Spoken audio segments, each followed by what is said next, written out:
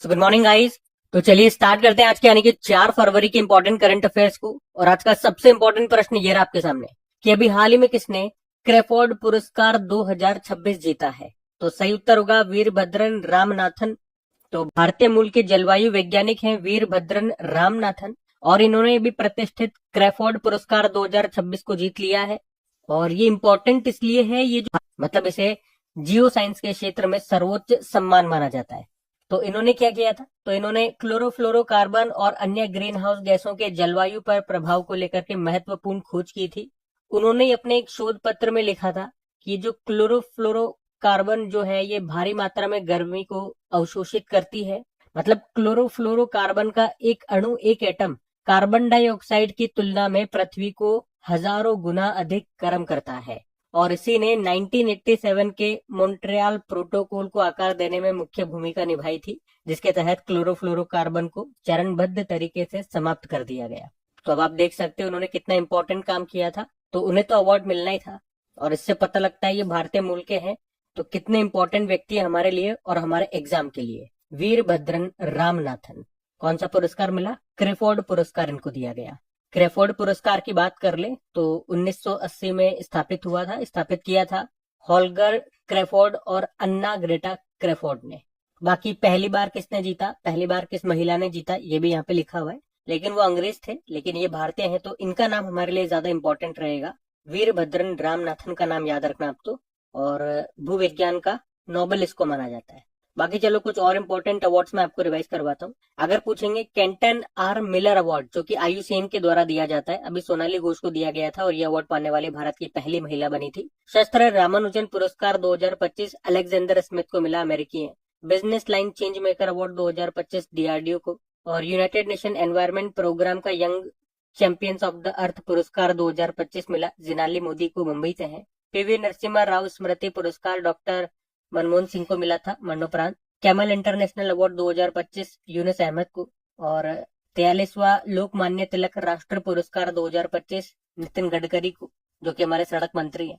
ललित कला अकादमी पुरस्कार 2025 प्रेमचंद पुखरामबम को। इक्वेटर पुरस्कार 2025 संयुक्त राष्ट्र के द्वारा दिया जाता है, बीबी फातिमा महिला स्वयं सहायता ग्रुप को मिला था। और ये कहाँ का ग्रुप है? धारवाड़ जिला, कर्नाटक। जीपी बिरला मेमोरियल पुरस्कार 2025 डॉक्टर वी नारायण को मिला, जो कि इसरो के हेड है। उसके अलावा pen translate award 2025 Geetanjali Shree को, उनके उपन्यास वंस एलिफेंट लिव्ड हियर के लिए उसका अंग्रेजी में अनुवाद किया था डेजी रॉकवेल ने। संयुक्त राष्ट्र जनसंख्या पुरस्कार 2025 वर्षा देश पांडे को मिला, ये महाराष्ट्र से बिलोंग करती है। ठीक है, तो ये अवार्ड्स भी ध्यान में रखेंगे, इंपॉर्टेंट है। अगला प्रश्न देखते हैं। फिर अगले में पूछ रहे हैं, हाल ही में किस राज्य के मुख्यमंत्री ने पिल्लू AI को लॉन्च किया है? तो आंसर होगा आंध्र प्रदेश ने। तो पहले तो याद रखेंगे आंध्र प्रदेश के जो मुख्यमंत्री हैं चंद्रबाबू नायडू, उन्होंने ये पिल्लू AI को लॉन्च किया है। क्या है ये पिल्लू AI? तो ये एक AI बेस्ड अकाउंटिंग एप्लीकेशन है। AI मतलब आर्टिफिशियल इंटेलिजेंस आधारित एक अकाउंटिंग एप्लीकेशन है, जिसे छोटे व्यवसायों के मालिकों को बिलिंग, अकाउंटिंग और बही खाता संभालने में मदद करने के लिए बनाया गया है। मतलब इसका इस्तेमाल करने के लिए किसी टेक्निकल नॉलेज की जरूरत नहीं है, बस इससे बात करके, बोल करके आप काम कर सकते हो। तो आप कह सकते हो कि ये एक आवाज आधारित AI अकाउंटिंग एप्लीकेशन है। और अभी शुरुआत में ये अंग्रेजी, तेलुगु, कन्नड़ और हिंदी भाषा को सपोर्ट करता है। मतलब यहाँ पे आपको टाइप करने की जरूरत नहीं है, आप बोलोगे, बोलचाल की भाषा में बोलोगे और ये काम कर देगा, ये बिल बना देगा। आपको कुछ नोट करवाना है तो नोट कर देगा, अकाउंटिंग का काम कर लेगा। तो पिल्लू AI इसका नाम रखा है, आंध्र प्रदेश में इसको लॉन्च किया गया। अब यहाँ पे AI से संबंधित कुछ इंपॉर्टेंट क्वेश्चंस मैं आपको करवाता हूँ। और AI के जब भी बात आती है मैं आपको ये 2 पॉइंट हमेशा बताता हूँ। AI के फादर किन्हें कहा जाता है? जॉन मैकार्थी को। और AI के गॉडफादर कहा जाता है जेफरी हिंटन को। और ये प्रश्न एग्जाम में आ चुका है और मैंने आपको बताया भी है। एक एग्जाम में ये दोनों ऑप्शन भी दिए गए थे, तो आपको कंफ्यूज नहीं होना है। AI के फादर जॉन मैकार्थी हैं और AI के गॉडफादर पूछेंगे तो जेफरी हिंटन लगाना है। मैं अभी आपको दिखा भी दूंगा प्रश्न। चलो पहले रिवाइज कर लेते। चैट जीपीटी के निर्माता ओपन AI ने 2025 के अंत तक नई दिल्ली में अपना पहला भारतीय कार्यालय खोला। मलेशिया ने राइट बैंक लॉन्च किया था, जो कि दुनिया का पहला AI संचालित बैंक है। Bharat health AI global regulatory network में शामिल हो गया, जिसका मुख्यालय जेनेवा, स्विट्जरलैंड में है। भ्रष्टाचार से निपटने के लिए AI मंत्री हैं डेला। इनको नियुक्त करने वाला दुनिया का पहला देश बना था अल्बानिया। और ग्लोबल एआई इंडेक्स आया था, भारत तीसरे स्थान पर है, टॉपर अमेरिका है। महाराष्ट्र ने माइक्रोसॉफ्ट के साथ पार्टनरशिप करके महाक्राइम ओएस एआई को लॉन्च किया और ये भारत का पहला एआई आधारित साइबर अपराध जांच प्लेटफॉर्म है। ग्लोबल एआई शो 2025 हुआ अबू धाबी यूएई में और भारत अभी एआई इम्पैक्ट समिट को होस्ट करेगा अभी इसी महीने नई दिल्ली में। भारत का पहला AI powered anti drone petrol vehicle का नाम क्या है? इंद्रजाल है। और भारत ने अभी पहला एआई इंडस्ट्री एसोसिएशन स्थापित किया है जिसका मुख्यालय मुंबई में मिलेगा और इसके पहले प्रेसिडेंट बनाए गए हैं विजय कलियंत्री। आईआईटी दिल्ली के वैज्ञानिकों ने आइला नाम से एक एआई सिस्टम बनाया है। आइला मतलब हो गया आर्टिफिशियली इंटेलिजेंट लैब असिस्टेंट। और ये प्रश्न इंपॉर्टेंट है, अभी आप ही में से एक स्टूडेंट ने मुझे बताया उनके एफकेट के पेपर में ये प्रश्न पूछा गया था। ठीक है, तो ध्यान रखना ये। और ये देखो आप, जो मैं आपको बता रहा हूँ ये एआई के फादर का प्रश्न आया है। दोनों ऑप्शन दे रखे हैं, जेफरी हिंटन भी और जॉन मैकार्थी भी, तो आंसर होगा जॉन मैकार्थी। ठीक है, अगला प्रश्न हम देखते हैं। फिर अगले में पूछ रहे हैं, ये भी इंपॉर्टेंट प्रश्न मार्क करना, एग्जाम में आता है ये प्रश्न कि अभी हाल ही में थाईपुसम त्योहार या थाईपुसम महोत्सव 2026 ये कहां पर आयोजित किया गया? तो आंसर होगा तमिलनाडु में। तो थाईपुसम ये भगवान मुरुगन को समर्पित एक प्रमुख तमिल हिंदू त्योहार है और अभी 1 फरवरी 2026 को ये मनाया गया। कहां पर? तमिलनाडु में। किससे समर्पित है? भगवान मुरुगन को, जिनको भगवान कार्तिकेय भी कहते हैं, जो कि माता पार्वती और भगवान शिव के पुत्र हैं। तो उन्हीं को समर्पित ये महोत्सव मनाया जाता है वहां पे। और इस मौके पर जो भक्तगण जो नृत्य करते हैं उसे याद रखना कावड़ी अट्टम कहा जाता है। क्या कहा जाता है? कावड़ी अट्टम। तो ये पवित्र त्योहार बुराई पर अच्छाई की विजय का जश्न मनाता है और विशेष रूप से उस दिन की याद में जब देवी पार्वती ने भगवान मुरुगन को राक्षस सोरा पद्मन को हराने के लिए दिव्य वेल यानी कि एक भाला दिया था। तो कौन सा महोत्सव है? थाईपुसम महोत्सव है। ठीक है, तो ये 2-4 बातें मैंने यहाँ पे हाईलाइट कर रखी है, इनको ध्यान में रखना, यहीं से प्रश्न बनते हैं आपके, याद रहेगा ना। अब यहाँ पे कुछ इंपॉर्टेंट फेस्टिवल्स में आपको रिवाइज कराता हूँ। देखो, एक आता है जदिया स्वामी फेस्टिवल, ये तमिलनाडु में मनाया जाता है ये भी, और बडगा समुदाय के द्वारा। पर्पल फेस्टिवल 2025 का आयोजन हुआ था नई दिल्ली में, जिसका उद्घाटन किया था राष्ट्रपति द्रौपदी मुर्मू जी ने, दिव्यांगजनों के लिए होता है। शिग्मा महोत्सव गोवा में 15 दिनों तक चलता है। भारत रंग महोत्सव, ये इसका आयोजन हुआ था नई दिल्ली में, ये विश्व का सबसे बड़ा रंगमंच महोत्सव है। और ये थाईपुसम त्योहार ये आज ही हमने पढ़ा है, तमिलनाडु में। खुबानी ब्लॉसम फेस्टिवल लद्दाख में, चेरी ब्लॉसम फेस्टिवल मेघालय में, विशु त्योहार केरल में, national tribal youth festival Mizoram में, माधवपुर मेले का आयोजन हुआ गुजरात के पोरबंदर में, सरहुल महोत्सव झारखंड में, जात्रा उत्सव त्रिपुरा, गरिया पूजा त्रिपुरा, त्रिशूरपुरम उत्सव केरल, खीर भवानी मेला जम्मू कश्मीर, राष्ट्र बौद्धिक संपदा महोत्सव 2025 उत्तराखंड के देहरादून में आयोजन हुआ। तो ये भी कुछ इंपॉर्टेंट फेस्टिवल्स हैं, ध्यान में रखना। अब यहाँ पे ये कुछ होमवर्क प्रश्न मैं आपको दे रहा हूँ।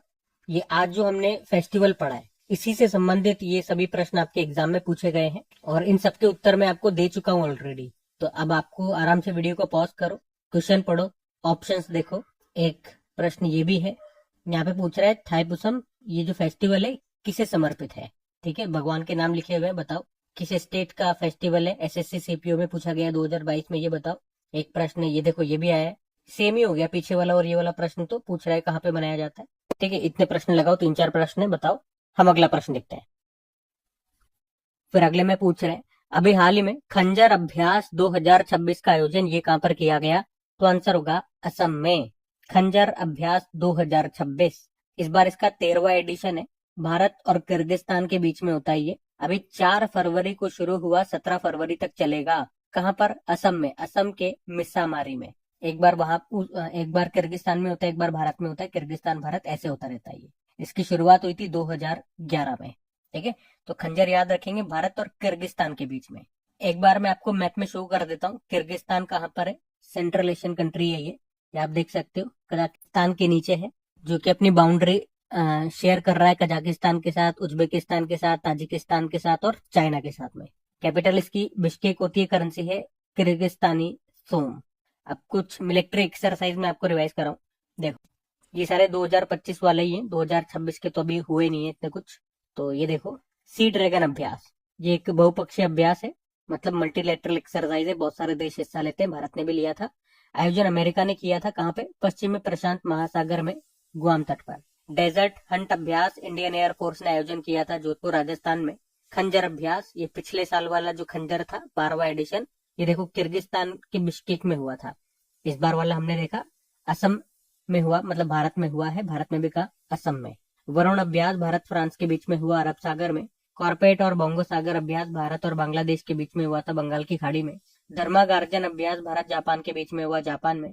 अकीमे अभ्यास पहली बार हुआ, ये एक तरह का नेवल एक्सरसाइज था, भारत और 10 अफ्रीकी देशों के बीच में हुआ। कहाँ पे? हिंद महासागर में। भारत और तंजानिया ने मिलकर के इसका आयोजन किया था।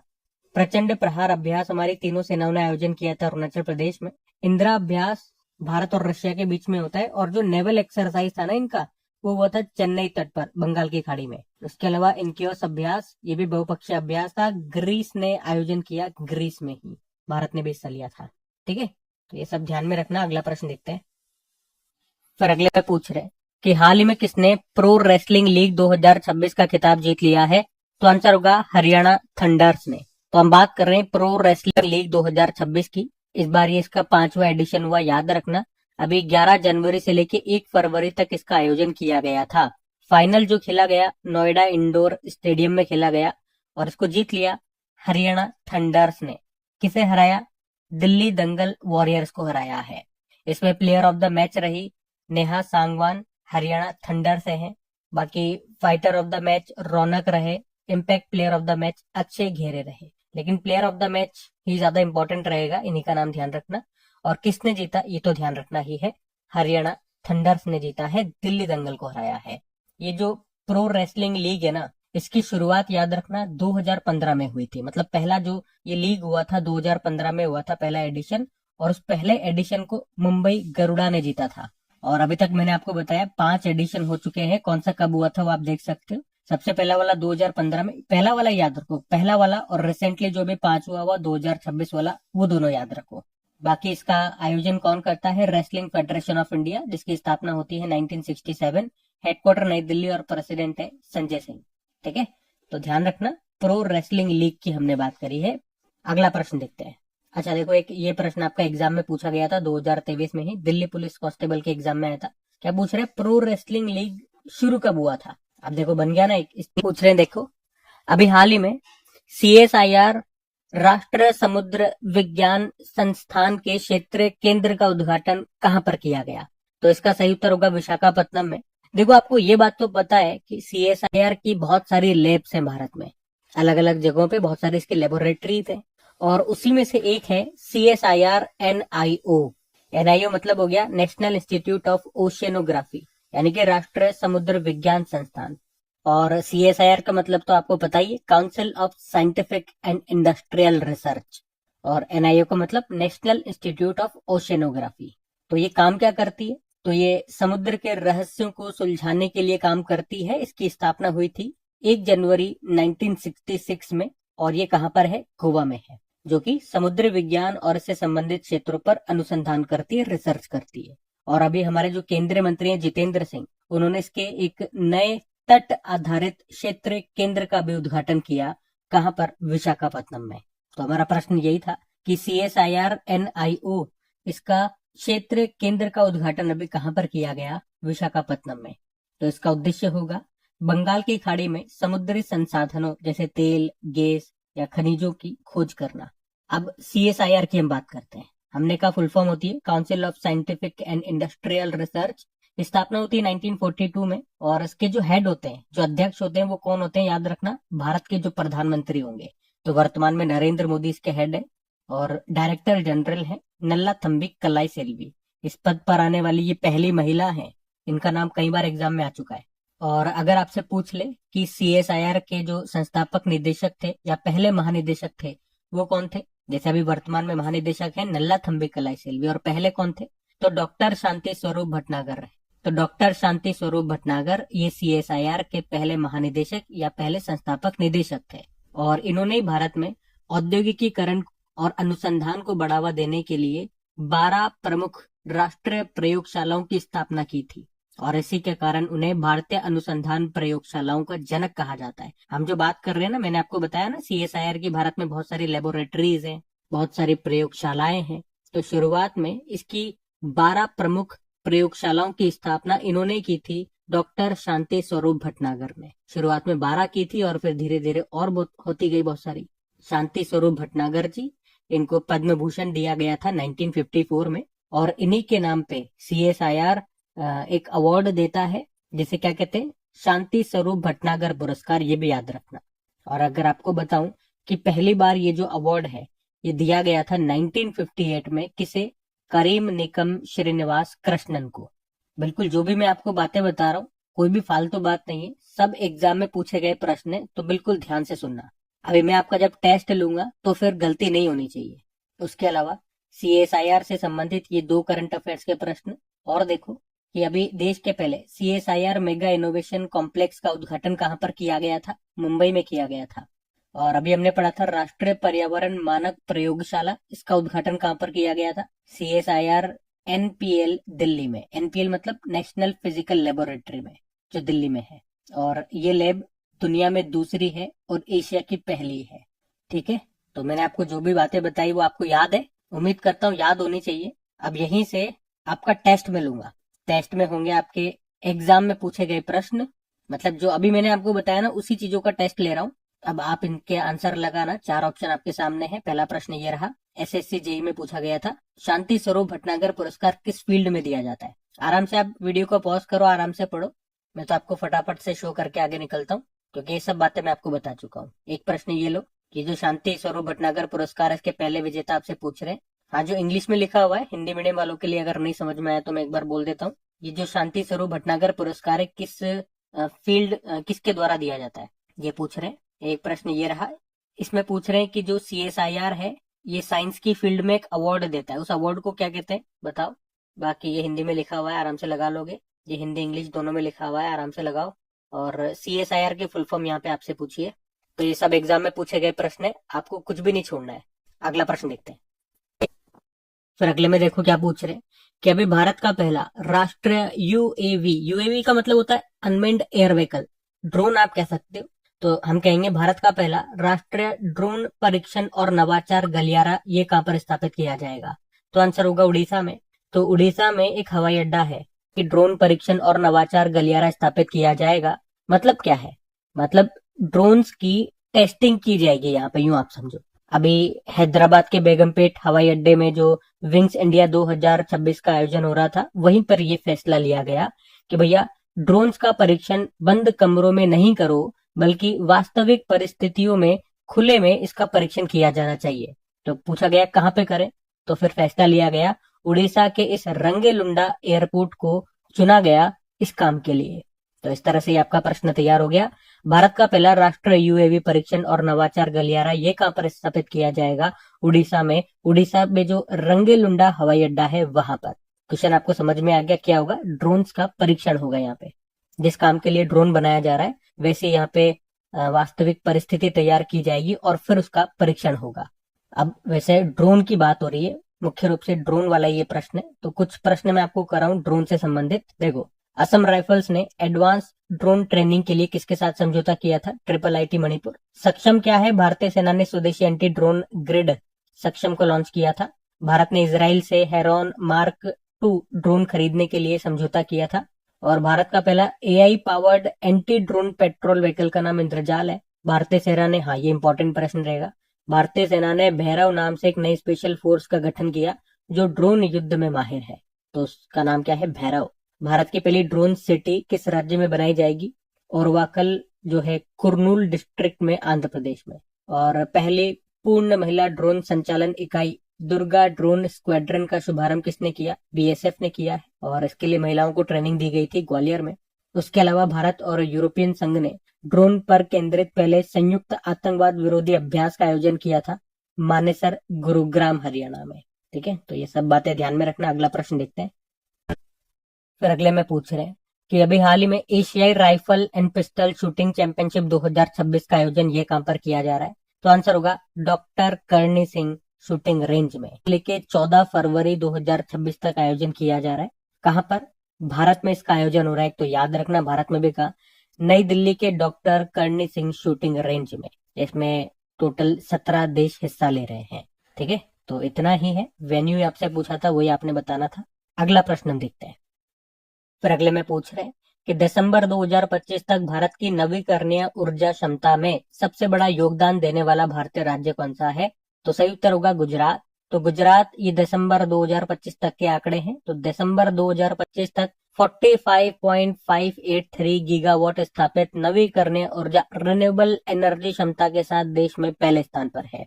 मतलब सबसे ज्यादा रिन्यूएबल एनर्जी जो प्रोड्यूस की है वो गुजरात ने की है, जो कि कुल राष्ट्र ऊर्जा का 16.50% है। मतलब पूरे देश में जितनी भी रिन्यूएबल एनर्जी जो उत्पादित हुई है, प्रोड्यूस हुई है, उसका 16.50% योगदान गुजरात ने दिया है, जो कि सबसे ज्यादा है। याद रखना, अभी गुजरात के खावड़ा में विश्व का सबसे बड़ा नवीकरणीय ऊर्जा पार्क भी बन रहा है। और रिन्यूएबल एनर्जी में भी अलग अलग सोर्सेज होते हैं, तो उसमें अगर बात करेंगे तो उनमें अगर बात करेंगे तो विंड एनर्जी के मामले में गुजरात नंबर 1 पर है। गुजरात कितना प्रोड्यूस किया, कितना परसेंट है, वो मैंने आपको बता दिया। अच्छा, इसी से संबंधित कुछ पॉइंट्स मैं आपको रिवाइज कराता हूँ। अगर आपसे पूछा जाए कि पूर्वोत्तर भारत का पहला भूतापीय उत्पादन कुआं ये कहाँ पर खोदा गया? अरुणाचल प्रदेश। अभी जो ऊर्जा संक्रमण सूचकांक एनर्जी ट्रांजिशन इंडेक्स 2025 आया था, उसमें भारत की रैंक है 71, टॉप पर स्वीडन रहा। 15 गीगावाट से अधिक अक्षय ऊर्जा संचालित करने वाली पहली भारतीय कंपनी कौन सी बन गई? Adani green energy limited. देश का पहला पूर्णतः स्वदेशी रूप से विकसित 50 किलोवाट भूतापीय संयंत्र ये कहां पर स्थापित होगा? अरुणाचल प्रदेश के तवांग जिले में। और अक्षय ऊर्जा दिवस मनाया जाता है 20 अगस्त को, जबकि अंतरराष्ट्रीय स्वच्छ ऊर्जा दिवस international day of clean energy होता है 26 जनवरी को। और याद रखना कि भारत में हर साल 14 दिसंबर को राष्ट्रीय ऊर्जा संरक्षण दिवस नेशनल एनर्जी कंजर्वेशन डे के रूप में मनाया जाता है। ऊर्जा से संबंधित ये 2-3 दिवस हैं जो मैंने एक साथ आपके सामने लिख दिए हैं। अंतरराष्ट्रीय स्वच्छ ऊर्जा दिवस, भारतीय अक्षय ऊर्जा दिवस और राष्ट्रीय ऊर्जा संरक्षण दिवस। ठीक है, तो तीनों को ध्यान में रखना, वरना आप कंफ्यूज जरूर हो जाओगे। ठीक है, और ये सूचकांक मैंने आपको ऊपर बता ही दिया। चलो फिर अगला प्रश्न हम देखते हैं। फिर अगले में पूछ रहे कि यात्रियों के परिवहन के लिए हाइड्रोजन से चलने वाली बसों का उपयोग करने वाला भारत का पहला हवाई अड्डा ये कौन सा होगा? तो आंसर होगा कोचीन इंटरनेशनल एयरपोर्ट। तो कोचीन इंटरनेशनल एयरपोर्ट ये भारत का पहला हवाई अड्डा बनने जा रहा है, जो यात्रियों के परिवहन के लिए हाइड्रोजन से चलने वाली बसों का संचालन करेगा। और इसके लिए भी कोची इंटरनेशनल एयरपोर्ट और Kerala hydrogen valley innovation cluster foundation है, इन दोनों ने आपस में समझौता किया है।